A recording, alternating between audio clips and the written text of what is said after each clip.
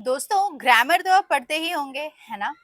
तो क्या ग्रामर के सभी रूल्स को आप अच्छे से समझते हैं? क्या उनकी ट्रिक्स को, उनकी गहराइयों को आप जानते हैं? आई एम श्योर आज की वीडियो में जो ट्रिक्स मैं आपको बताने वाली हूँ ना रिलेटेड टू ग्रामर, आप नहीं जानते होंगे। बट हाँ, अगर आप मेरी वीडियोस को पहले से फॉलो कर रहे हैं, तो ये ट्रिक्स कहीं न कहीं, किसी न किसी शॉर्ट्स के थ्रू, किसी न किसी वीडियो में मैंने डिस्कस की है। क्योंकि आज की वीडियो में मैं आपको कुछ ऐसी ट्रिक्स बताने वाली हूँ जो आपको ग्रामर पढ़ के भी शायद नहीं पता होंगी।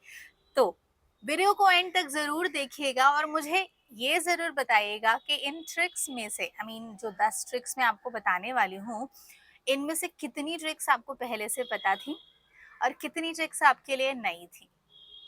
तो चलिए स्टार्ट करते हैं। और हाँ, एक छोटी सी रिक्वेस्ट, वीडियो को प्लीज पूरा जरूर देखिएगा। ये मैं हर वीडियो में आपसे इसलिए बोलती हूँ क्योंकि 70% लोग मेरी वीडियोस को देखकर स्वाइप करके छोड़कर चले जाते हैं। ये मेरे लिए बहुत डिसहार्टनिंग होता है। मैं बहुत मेहनत करती हूँ कंटेंट ढूंढने में, फिर उसे बनाने में बहुत सारी मेहनत लगती है दोस्तों। तो प्लीज मेरी इस मेहनत को आप रिकग्नाइज कर सकते हैं सिर्फ पूरा देखकर। मतलब अगर आप इस वीडियो को पूरा देखते हैं ना, तो मेरे लिए बहुत मोटिवेटिंग होता है। जब मैं वो सारा डेटा देखती हूँ ना, तो मुझे बहुत अच्छा लगता है। बट जब ये देखती हूँ ना कि 70% लोग वीडियोस को देख ही नहीं रहे हैं, स्वाइप करके चले गए हैं, तो बहुत बुरा लगता है। प्लीज़ मुझे मोटिवेट कीजिए। मेरे चैनल को ग्रो करने में सिर्फ आप मदद कर सकते हैं। चाहे मैं कितने भी अच्छे कंटेंट लेकर आऊँ, जब तक आप हेल्प नहीं करेंगे मेरा ये चैनल ग्रो नहीं कर सकता। और इस कम्युनिटी को आगे बढ़ाने में आपकी मुझे हेल्प चाहिए होगी। तो चलिए स्टार्ट करते हैं with the first trick. Since और फॉर की कंफ्यूजन बहुत बार लोगों को रहती है कि कब सिंस यूज करें, कब फॉर यूज करें। मैं आपको साथ साथ ये भी बताती जाऊंगी कि किन किन टॉपिक्स पे मैं वीडियोस ऑलरेडी बना चुकी हूँ। जैसे सिंस और फॉर पे मैंने फुल फ्लेजेड एक वीडियो बनाया है, डिस्क्रिप्शन में लिंक दे रही हूँ, आप अच्छे से चेकआउट कर सकते हैं। यहाँ पर आप सीखेंगे सिंस कब यूज करना है, फॉर कब यूज करना है। नाउ सिंस का यूज हमेशा स्पेसिफिक पॉइंट के लिए यूज करते हैं, ठीक है। I have been living here since 2015। अब यहाँ पे 2015 जो है ना, वो स्पेसिफिक पॉइंट है, स्टार्टिंग पॉइंट है। वहीं पर फॉर का यूज आप तब करेंगे जब आपको ड्यूरेशन बताना हो, ठीक है, हाउ लॉन्ग बताना हो, उस समय आप फॉर का यूज करेंगे। For example, I have been living here for 8 years। अब 8 को देखकर आप स्पेसिफिक से कंफ्यूज मत होइएगा। यहाँ पर 8 साल एक ड्यूरेशन है, मतलब मैं 8 सालों से रह रही हूँ, ठीक है।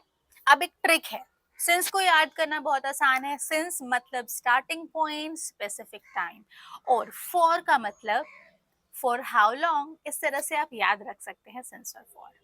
चलिए देखते हैं नेक्स्ट ट्रिक। एन और द को यूज करने में ना कई बार कंफ्यूजन रहती है कि कब एन यूज करें, कब द यूज करें। तो हमेशा ध्यान रखें, और एन जो आर्टिकल है वो हमेशा जनरल सेंस में बात की जाती है, जनरल सेंस में से यूज किया जाता है, ठीक है। For example, I saw a dog. अब एक जनरल एक डॉग की बात हो रही है, तो इसलिए मैं अ यूज करूंगी। बट जब स्पेसिफिक चीजों की बात हो रही हो, जब आप किसी स्पेसिफिक चीज के बारे में बात करें, तब वहां पर आप द का यूज कर सकते हैं। For example, I saw the dog near my house. यहाँ पर जो डॉग है ना, अब वो जनरल सेंस में नहीं बात हो रही, अब इस डॉग को हम स्पेसिफिक सेंस में बात कर रहे हैं। अब एन और द को याद करने की ट्रिक है। एन एनी जनरल थिंग, वहीं पर द के लिए द स्पेसिफिक वन, है ना। अच्छी ट्रिक। चलिए ट्रिक नंबर थर्ड की तरफ चलते हैं। हार्डली, रेयरली, सेल्डम, ये तीनों ही ऐसे वर्ड हैं जो हमेशा नेगेटिव सेंस में यूज किए जाते हैं, ठीक है।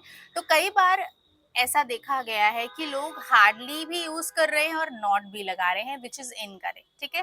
अगर आप अपने सेंटेंस में हार्डली यूज कर रहे हैं या फिर रेयरली या फिर सेल्डम, तो आप वहां पर नॉट का यूज नहीं लगाएंगे, क्योंकि hardly it self is negative, ठीक है। तो दो नेगेटिव्स को आप सेंटेंस में रखकर उसे और सेंसलेस बना रहे हैं। I hardly don't go there, मैं मुश्किल से वहां जाती हूँ। अब हार्डली जब लग गया है तो आप डोंट नहीं लगाएंगे, तो ये सेंटेंस कैसे होगा? I hardly go there. ठीक है, मैं मुश्किल से वहां जाती हूँ। चलिए देखते हैं ट्रिक नंबर 4। वीडियो अच्छी लग रही हो तो प्लीज इसे लाइक शेयर सब्सक्राइब जरूर कीजिएगा। वीडियो को पूरा देखकर ही जाइएगा। 3 ऐसी प्रपोजिशंस हैं जिसमें बहुत ज्यादा कंफ्यूजन रहती है। इन, ऑन, एट। ना, इनका ध्यान रखें। इनका यूज करने के लिए जब हम बड़े एरिया की बात करते हैं ना, तब करते हैं। For example, I live in Delhi. अब दिल्ली एक बड़ा एरिया है, ठीक है, और आई लिव इन इंडिया एक बड़ा एरिया है, ठीक है। इस सेंटेंस में ऑन का यूज हमेशा किसी सतह या सरफेस के लिए यूज करते हैं, या फिर स्पेसिफिक पॉइंट या स्पेसिफिक डेटा बताना चाहते हैं तब यूज करते हैं। एट का यूज किसी एग्जैक्ट जगह पर अगर आप खड़े हैं या कोई एग्जैक्ट लोकेशन बताना चाहते हैं तब आप बताएंगे। For example, I am standing at the door. मैं दरवाजे पे खड़ी हूँ। दरवाजा एक एग्जैक्ट लोकेशन इंडिकेट कर रहा है। चलिए देखते हैं नेक्स्ट ट्रिक। तो एडवर्ब्स को यूज करने में ना कई बार कंफ्यूजन होती है। लोग समझ नहीं पाते कि एडवर्ब्स को सेंटेंस में कहाँ पर प्लेस करना है, कहाँ पर लगाना है। हमेशा याद रखिए, जो एडवर्ब्स होते हैं ना, वो जनरली, ध्यान रखिए, जनरली, यहाँ पे एक्सेप्शंस भी हैं, जनरली वर्ब के बाद ही आता है। Now let's talk about trick number 6। अब ट्रिक नंबर 6 में एक जो कंफ्यूजन रहती है आई और मी में, ठीक है, कि कब आई यूज करें और कब मी यूज करें। मेरे कहने का मतलब है, आई को हम सब्जेक्ट की जगह पे यूज करें या ऑब्जेक्ट की जगह पर। कई बार होता है कि हम मी को भी सब्जेक्ट की जगह पर याद यूज करते हैं। तो हमेशा ध्यान रखें, जब कभी भी आप आई का यूज करें तो वो हमेशा सब्जेक्ट की जगह पर होना चाहिए, ठीक है। For example, Jiya and I went to the market, ठीक है। अब यहाँ पर जिया एंड मी अगर आप बोलते हैं तो वो गलत होगा, क्योंकि मी हमेशा ऑब्जेक्ट की जगह पर यूज किया जाता है। हमेशा ध्यान रखें, आई को यूज करना है तो सब्जेक्ट की जगह पर यूज करें, और मी को यूज करना है तो ऑब्जेक्ट की जगह पर। Let's talk about trick number 7, जो अगेन बड़ा ही इंटरेस्टिंग है। ज्यादातर लोग टू और वेरी को एक जैसा मानते हैं और उसे एक ही सेंस में यूज करते हैं, जबकि ऐसा नहीं है। टू का मतलब अलग होता है, वेरी का मतलब अलग होता है। जो बहुत छोटा सा डिफरेंस है जो आप याद रख सकते हैं, टू को हम नेगेटिव सेंस में यूज करते हैं, ठीक है। वेरी का यूज हम पॉजिटिव सेंस में करते हैं, ओके। अब जैसे अगर मैं बोलती हूँ इट्स वेरी हॉट या फिर it's very cold, it's too cold, तो यहाँ पर वेरी कोल्ड अगर आप अच्छे सेंस में कह रहे हैं, if you are liking the weather, then you can say it's very cold, okay. But it's very cold, ज्यादातर कोल्ड का मतलब होता है बहुत ज्यादा ठंड होने की वजह से परेशानी हो रही है। तो जब किसी चीज को करने की वजह से परेशानी होती है तो वहां पर टू का यूज करते हैं। तो मैं बोलूंगी इट्स टू कोल्ड, क्योंकि ठंड बढ़ जाने की वजह से बहुत प्रॉब्लम्स का सामना करना पड़ रहा है। चलिए देखते हैं ट्रिक नंबर 8 क्या है। ट्रिक नंबर 8 है, जब कभी भी आप सिंगुलर से प्लूरल बनाते हैं तो वहां पर एस ऐड करते हैं। बुक, बुक्स, है ना। ऐसे बहुत सारे एग्जाम्पल्स हैं, पर हमेशा ध्यान रखें, इंग्लिश के हर रूल का एक्सेप्शन है, मतलब हर जगह पर वो रूल एप्लीकेबल नहीं होता। तो इस रूल के भी मुताबिक एस लगाकर ही प्लूरल बनाया जाता है, ऐसा नहीं है। कई बार वर्ड ऑल टुगेदर चेंज हो जाता है। फॉर एग्जाम्पल, चाइल्ड का चिल्ड्रन, यहाँ पर कोई एस नहीं देख रहे हैं आप, but still child becomes children. ये एक्सेप्शंस हैं जो आपको हमेशा ध्यान में रखने हैं।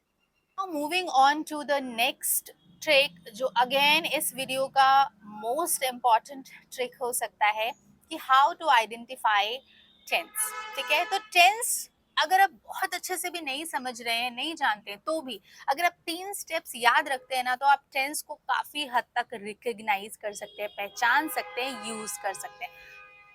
Step number 1, always look for the verb. Sentence में वर्ब को ढूंढिए। नंबर 2, हमेशा हेल्पिंग वर्ब और मेन वर्ब को ढूंढ कर पता लगाने की कोशिश कीजिए कि वो किस तरह का टेंस है, क्योंकि उससे आपको बहुत हेल्प मिलेगी। एंड स्टेप नंबर 3, कुछ ऐसे वर्ड्स हैं जिन्हें अगर आप याद रखते हैं तो आपको बहुत हेल्प मिलेगी सेंटेंस को रिकग्नाइज करने की। फॉर एग्जाम्पल, सिंपल प्रेजेंट के टेंसेस में आप ऑलवेज, ऑफन, नेवर, इस तरह के वर्ड्स देख सकते हैं। वहीं पर सिंपल पास्ट के सेंटेंसेस में yesterday, last night, last week जैसे वर्ड्स देखकर आप पहचान सकते हो। By tomorrow, by next week, इस तरह के वर्ड्स अगर आपको किसी सेंटेंस में दिखते हैं तो आप उसे फ्यूचर परफेक्ट टेंस समझ सकते हैं। And moving on to the last trick which is difference between each and every को ना लोग एक जैसे समझते हैं और उसे एक ही सेंस में यूज करते हैं, बट ऐसा नहीं है। ईच और एवरी हिंदी में दोनों सेम होते हैं, बट इंग्लिश में इसका यूज डिफरेंट होता है। ईच हम यूज करते हैं जब हम किसी इंडिविजुअल या किसी इंडिविजुअल चीज की बात कर रहे हो, वहीं पर एवरी का यूज हम तब करते हैं जब हम किसी ग्रुप की बात कर रहे हो। ठीक है। होप आपको ये ट्रिक्स पसंद आई होंगी, यूजफुल लगे होंगे, एंड आई एम श्योर आप अगर मेरी वीडियोस फॉलो करते हैं तो इनमें से बहुत सारी ऐसी ट्रिक्स हैं जो हम पहले भी डिस्कस कर चुके हैं। मैंने सभी को कंपाइल करके एक वीडियो में आपके लिए बनाने की कोशिश की है। वीडियो को लाइक शेयर सब्सक्राइब जरूर कीजिएगा, नोटिफिकेशन बेल जरूर हिट कीजिएगा ताकि वीडियोस टाइमली आप तक पहुंचती रहें। See you in next video, till then keep learning, keep improving.